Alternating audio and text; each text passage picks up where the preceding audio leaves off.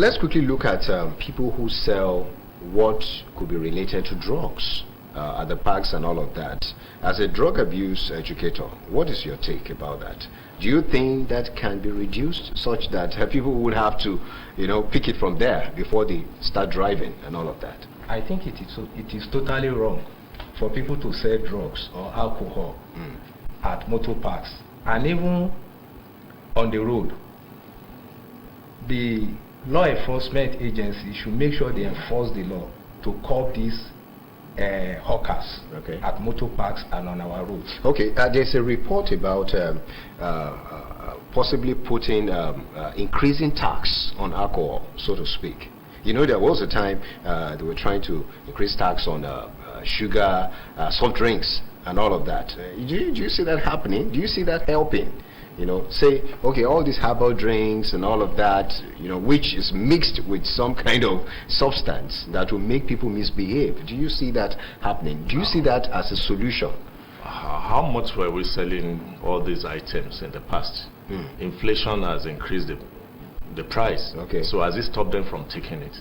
So it's not about putting taxes on. How do you put taxes on what you are condemning?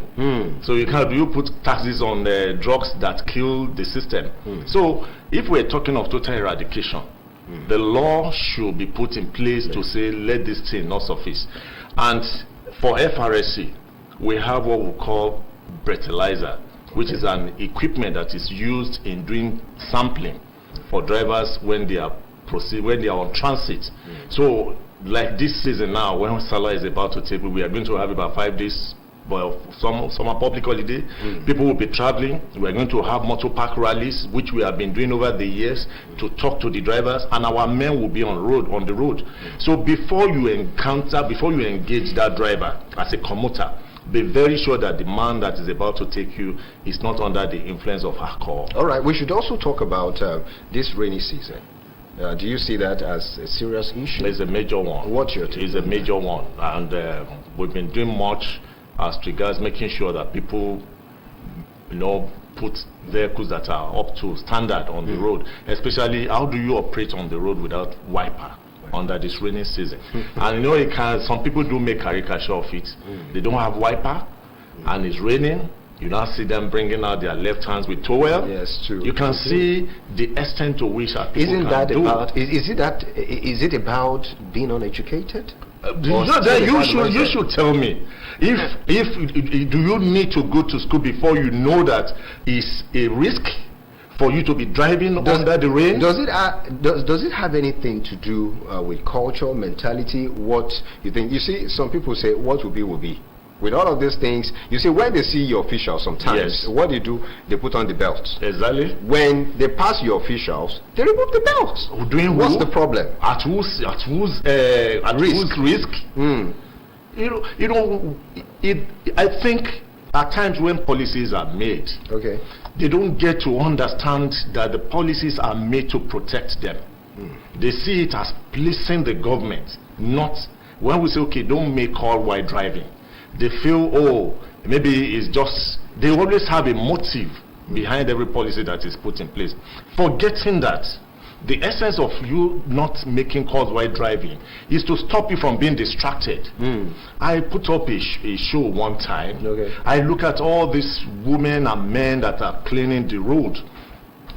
This sanitation personnel on the highway, and I look at the risk they are being exposed to, because I know the measure of distraction that goes on within those cars. When I'm driving, I don't look at the vehicle, I look at the driver inside the other vehicle, because you'll be so surprised that I see that making call or texting or chatting or even looking for his phone while driving. Do you know sometimes, I just mentioned that some of them, it could be as a result of being literate or whatever. Yes. But then I realized that people who are even learned are doing the same. And we still talk about mindset. So in that regard, it's not about being educated. So you actually know what is right to do, but you don't do it. We see people in clean cars, very decent people, well dressed. They still pick their calls.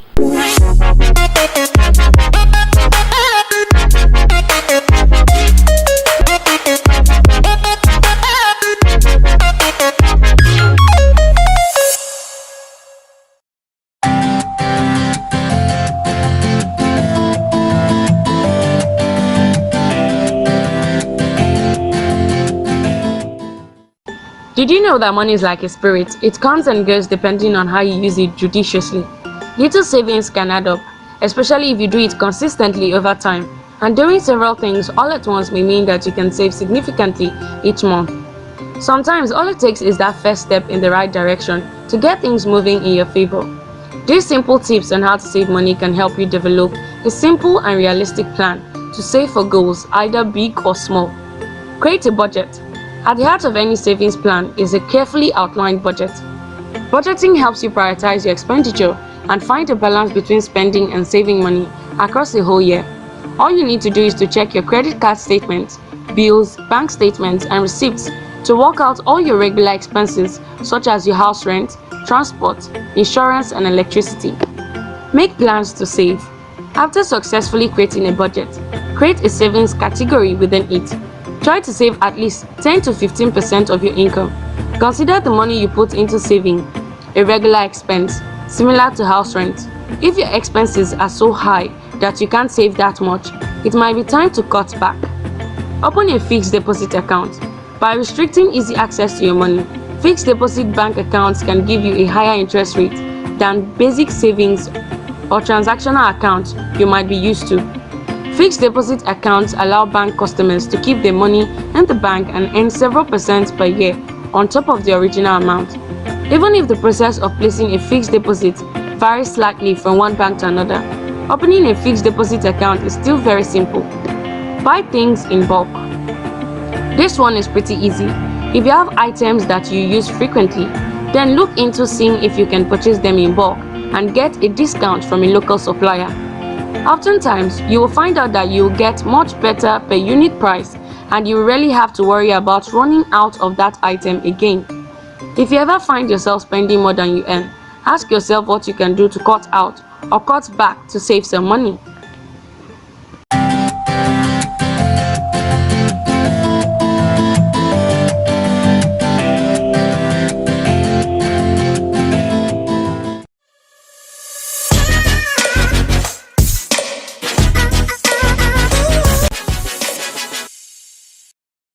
Before the advent of EndSARS, Okay. sanity has fully restored to Lagos because I happen to be part of it. You see decorum on our roads. You see people driving in line with their lanes. You see the reduction in driving against traffic, and you see reduction in rickety vehicles of 3 months to restore sanity. The recklessness, return of motorbikes or what have you. And at the same time, when you look at all the agencies that are operating, that's paramilitary and military now, the drug.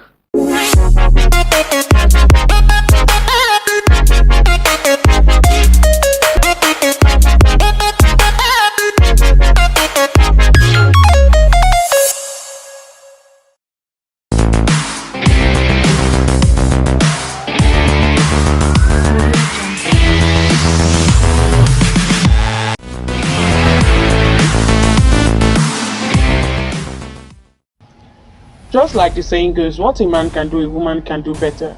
The women's football team, Super Falcons, have risen up to many challenges and have paved way for new talent, while also putting Nigeria on the world map and making women proud.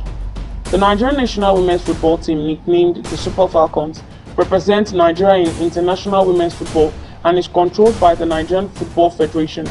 The team is by far Africa's most successful international women's football team, winning a record 11 Africa Women Cup of Nations titles, with their most recent title in 2018, after defeating South Africa in the final. The team is also the only women's national team from the Confederation of African Football to have reached the quarterfinals in both the FIFA Women's World Cup and football at the Summer Olympics.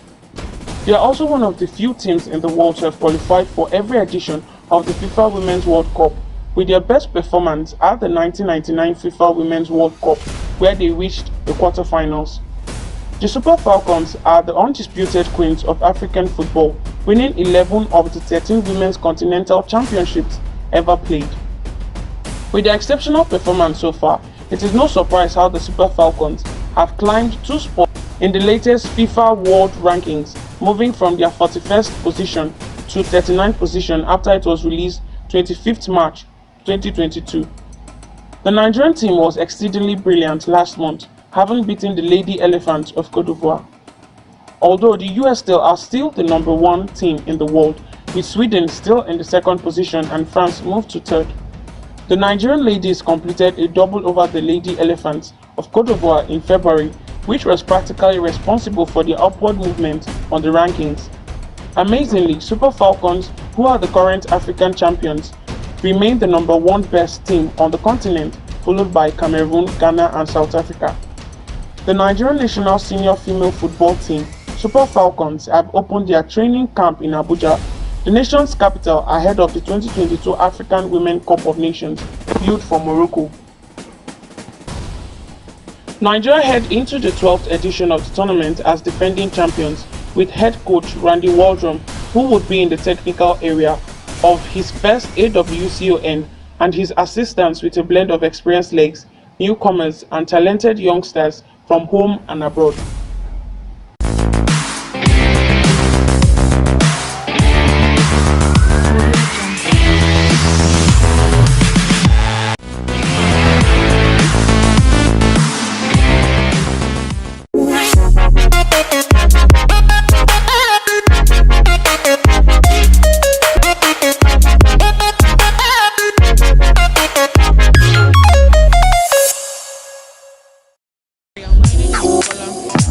My name is Engineer Elvis I would say generality of Nigerians don't drive safely on the road. One, let me even deviate a bit. We don't have this, we don't accommodate other road users. For instance, somebody wants to even cross the road. Nobody, maybe 20 cars will keep passing, nobody will want to stop except just one person. So we don't accommodate other road users. Then I think people should show more accommodation when we drive. But if you say generally, I don't think we drive safe here. Well, safety and security can be achieved if we follow the road signs, learn to. Zebra crossing is just a sign in Nigeria. We don't follow it. How to achieve safety and security is to follow the road signs. Learn to be alert when you're driving. There are bad habits while we drive, throwing things out of the car, using the phones. Yes, and I think that's another thing that we can, if we learn to, when you're driving, you understand that you're carrying a whole lot with you. An accident can occur, so it's good to be alert. So I think it's to say, stop texting while you're driving, and then don't throw things out. Just be alert when you're driving. Face the steering. Yeah. Nigerians are reckless drivers. They don't adhere to the rules and regulations that governs driving. Period. Facing one way, we are so impatient. Any little traffic, we have to cut corners and start facing one way and get congested. Stop collecting bribes when you arrest them. When you apprehend them, stop collecting bribes from them. Let them face the music. Let them pay the fine. When they know that you guys are for real, then they stop doing that. People drive recklessly. I think it's just, I don't know. I think it's becoming a thing in Lagos. It's like a vibe. You even see people wind down just to insult each other. And yeah, texting while driving and listening to video, music and all of that. So they should make it mandatory. This insurance, motor insurance, they should make it mandatory. So I know third parties mandatory, but I'm not sure of comprehensive and all of that. They should just, in one way or the other, I think having a comprehensive motor insurance will actually help drivers. Nigerians are driving safely. That's why if you travel abroad and you have a Nigerian driver's license, it is treasured. They tell you that if you can drive in Nigeria, then you can drive in US, you can drive in United Kingdom, because it means that you know your ways. Many of the drivers don't know road signs. We are not what we are saying. What we are saying is that yes, there are so many people, depending on your level, that know how to use the road, but there are also still bad eggs that don't use the road well. Like this era, you see somebody who is on phone, he's pressing his phone and he's driving, he's not even watching. Even every sign, even people are making noises, not listening. And another thing, they put their earpiece. They can't hear anything out. They are focused on that music or whatever they are playing, and they are not watching. They are not observant. They run into anybody. Those are the things. And sensitization. The media houses, everybody has a role to play, din it into the ears of these people that this is the way to use the road, this is the way to go, and it is the duty of everybody. And parents also want their children that are driving that once you are driving, you don't do this, you don't do it. And the government also is also trying to emphasize this, but the thing is that some of us don't hear. We don't hear. Every summer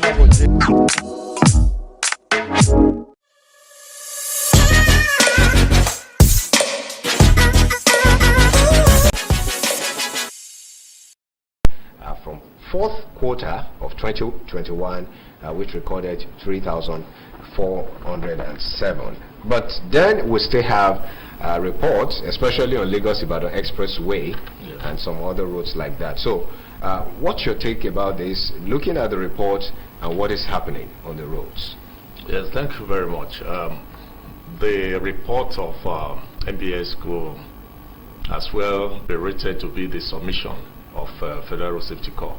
So I will see it as being valid, and at the same time, when you look at the level of reduction being recorded, it's a 1.8, which is quite insignificant, despite the help or the efforts being put in place by our establishment. Why do you consider it insignificant? Insignificant in the sense that if you look at the expectation of United Nations Decade of Action, we're talking of 50% reduction. That's for the 10 years being put in place, which we started 2021, and it's expected to end 2030. By virtue of all the indices made available to us, looking at the 5 pillars as being used as the platform for our efforts, we had expected something more significant. So what exactly is stopping your commission from getting to that level? Okay. The expected. When you look at the various main signs in place, it's about our personal decision. So are you saying against the system? Against the system? Yes. The perception that anything goes here, which the enforcement has been consistently trying to correct. Because you should know that it's not child's play. If I say in Lagos alone we make an average of 60,000 arrests annually, and LASTMA is there making his own arrest, VIS is there making his own arrest, and despite that, we still have this measure of recklessness. Because it's not that what they have in the other world as agencies or security agencies are better than us. But I would rather say, it takes two to tango. One man makes the law, one man complies. A situation where the law does not match with compliance, that's where we have conflicts. If the law says you must not ply the road without your number plates, front and back, and you see a well-educated man, because he just bought the state-of-the-art vehicle, and the logo of whatever brand is in front, and he feels that's the number plates, and when you accost him, he says there's number at the back. Is it that he does not know what the law says? I think in the system we have is that we just always want to test the water, and this is where the law enforcement agencies will need to brace up. I did one operation, No Mercy, one time, because we realized someone will say he's a first timer. There's nothing like first timer in traffic offense, because I don't have the data of all the ones that have committed, because the man that committed the offense for the first time got killed. So you don't joke with life when it comes to traffic issues. We take it for granted. I think that's a major problem we have. We take it for granted. Okay, before we round off, what should be the responsibility of people who get into vehicles with drivers who drive recklessly? Do they have something to do about that? Operation Speak Out. Operation Speak Out. I've said this severally. When you keep quiet, you find yourself where you are not supposed to be. I've entered vehicles severally, and I've understudied the commuters.